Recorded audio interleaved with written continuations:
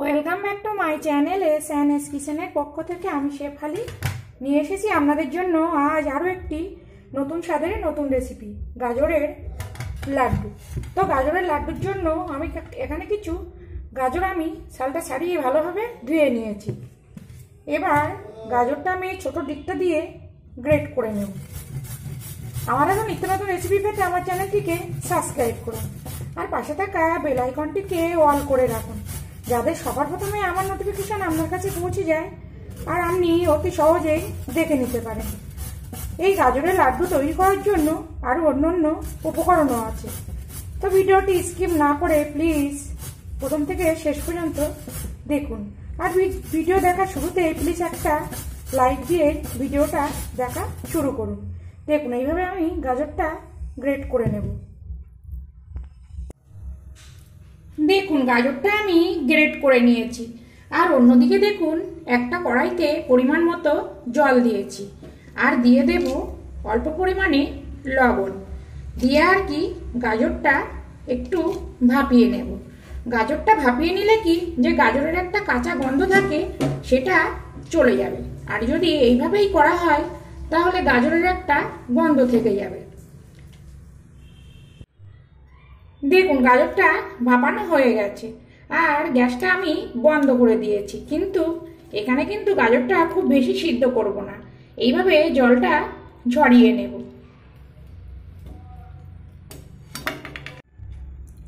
দেখুন যে গাজরটা আমি ভাপিয়ে নিয়েছি, গাজরটা এইভাবে নিগড়ে যতটা সম্ভব আমি জলটা বার করে নেব।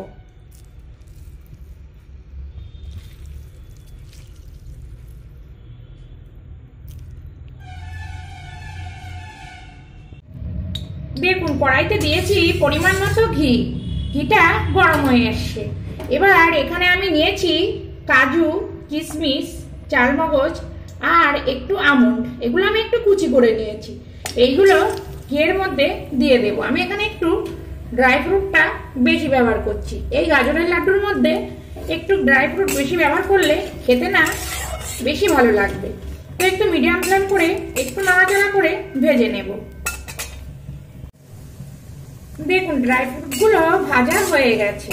এখানে দিয়ে দেবো এবার যে আমি গাজরটা নিংড়ে জলটা একদম চেপে বের করে নিয়েছি, এই গাজরটা দিয়ে দেব। দিয়ে আবারও লো ফ্লেম করে নাড়াচাড়া করে একটু ভেজে নেব।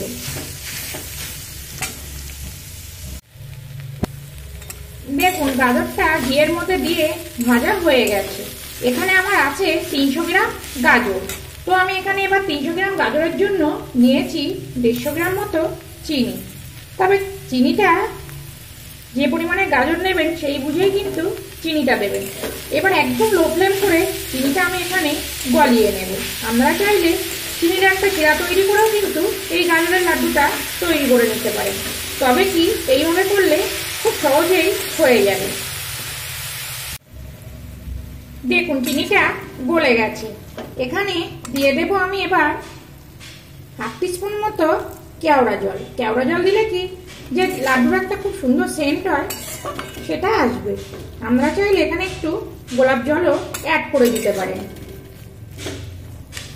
এবার দিয়ে দেব গুঁড়ো আমুল দুধ। এখানে আমি আমুল দুধ ব্যবহার করছি, আপনারা যদি এখানে একটু খোয়া ক্ষীর ব্যবহার করেন তাহলে আরো সুন্দর হবে। এবার এভাবে নেড়েচেড়ে গাজরটা আরো শুকনো করে নেব। দেখুন গাজরটা রেডি হয়ে গেছে। আর বুঝবেন কি করে, দেখুন এইভাবে আমি হাত দিয়ে, গরম কিন্তু খুব সাবধানে, এইভাবে একটু হাত দিয়ে দেখবেন একটু চিটচিটে ভাব এসছে, সেই সময় বুঝে যাবেন গাজরটা পুরো লাড্ডুর জন্য রেডি হয়ে গেছে। তো এবার আমি গ্যাসটা বন্ধ করে দেব, দিয়ে 2 থেকে 3 মিনিট মতো একটু ঠান্ডা করে নেব। আর ওপর থেকে দিয়ে দেব একটু ঘি, দিয়ে ঢাকা দিয়ে রেখে দেব। দেখুন গাজরের এই মিশ্রণটা ঠান্ডা হয়ে গেছে। এবার আমি শেপ দেব। আমি একটু মিডিয়াম সাইজ করব। আপনারা চাইলে বড় বা ছোট সাইজও করে নিতে পারেন। তবে চাইলে হাতে একটু ঘিও কিন্তু লাগিয়ে নিতে পারেন।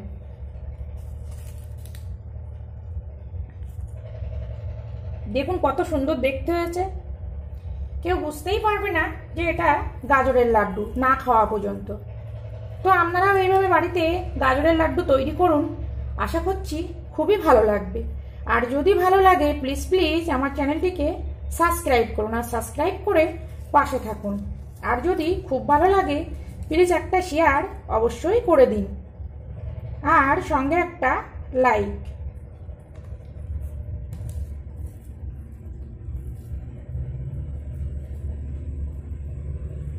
খেতে কিন্তু খুব সুন্দর টেস্ট হয় এই গাজরের লাড্ডু। দেখুন কত সুন্দর দেখতে। তো আবার ফিরে আসবো নতুন কোনো রেসিপি নিয়ে।